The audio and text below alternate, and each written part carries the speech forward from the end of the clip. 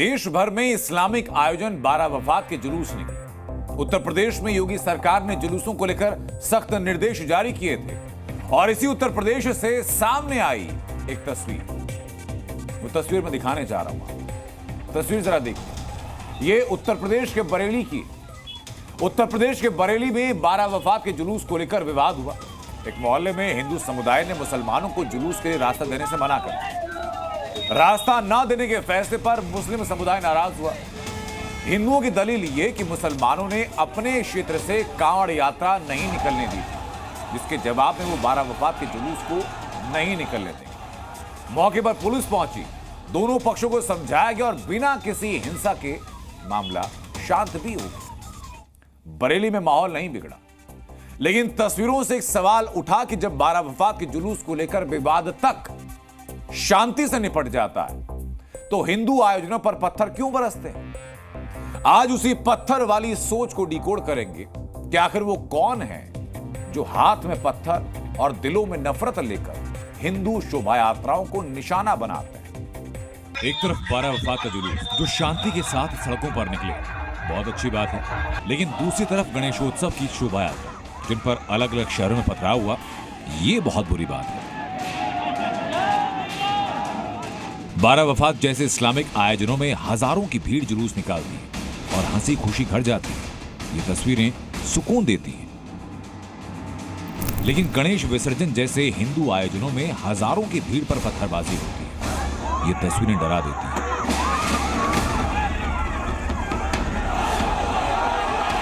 बारह वफात जैसे आयोजन सुख शांति हर्षोल्लास से मनाया जाता है। ये अच्छी किस्मत की निशानी है,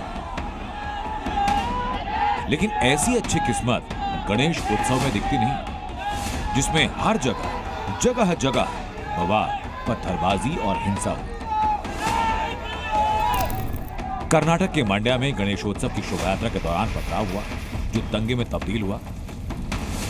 तो राजस्थान के भीलवाड़ा में गणेश पंडाल पर पत्थर चलाए गए। इस पत्थरबाजी में न सिर्फ लोग घायल हुए, बल्कि डर की वजह से कुछ लोग घर तक छोड़कर चले गए।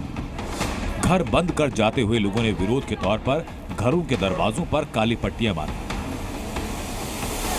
राजस्थान से लेकर यूपी तक पत्थर और नफरत के निशान देखने को मिल रहे हैं। आरोप ये कि बरेली में जब मजहबी जुलूस निकाला जा रहा था, जब एक शनि मंदिर को उपद्रवियों ने तोड़ दिया, टूटा हुआ मंदिर देखकर लोग जुटे और जब उनसे बात की गई तो मन के अंदर का रोष जुबान पर आ गया।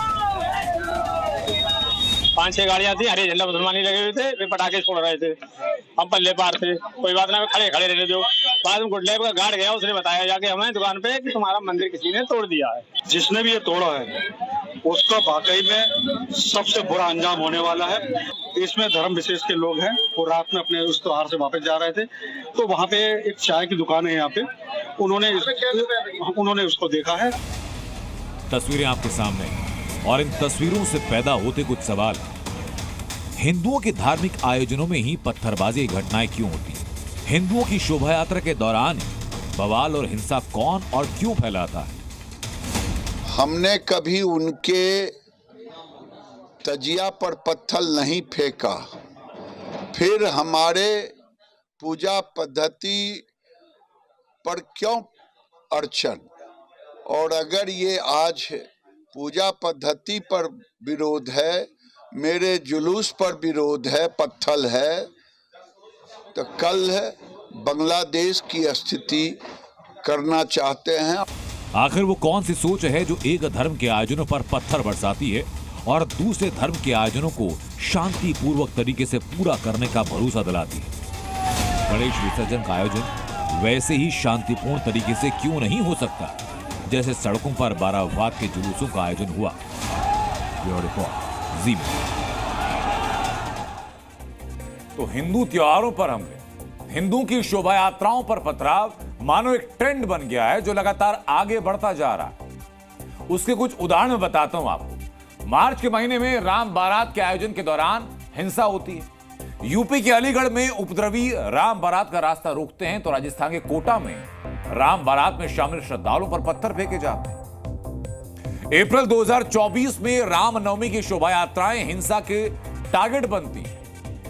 पश्चिम बंगाल के मुर्शिदाबाद में शोभा यात्रा पर बम तक फेंक दिए जाते हैं और वहीं के मेदिनीपुर में शोभा यात्रा पर पथराव कर दिया जाता है। अप्रैल के महीने में हनुमान जयंती के अवसर पर भी हिंसा होती है। दिल्ली में, राजधानी दिल्ली की जहांगीरपुरी में हनुमान जयंती पर दंगा हो जाता है, तो उड़ीसा में हनुमान जयंती आयोजन पर पथराव हो जाता है, 5 लोग घायल तक हो जाते हैं। सितंबर के महीने में गणेश पूजा के आयोजनों पर पथराव होते हैं, लेकिन सबसे बड़ी वारदात होती है गुजरात के सूरत में, जहां शोभा यात्रा पर पत्थर बरसाए गए। फिर कर्नाटक के मांड्या में गणेश विसर्जन यात्रा के दौरान दंगा हो जाता है, आगजनी तक हो जाती है। यानी पूरे देश के अंदर अलग अलग जगहों पर यह ट्रेंड देखने को मिला है और इसी ट्रेंड की वजह से सवाल उठते हैं कि क्या संगठित तरीके से साजिश के तहत हिंदू त्योहारों और आयोजनों पर हमले जानबूझकर सुनियोजित तरीके से करवाए जा रहे हैं। जी न्यूज़।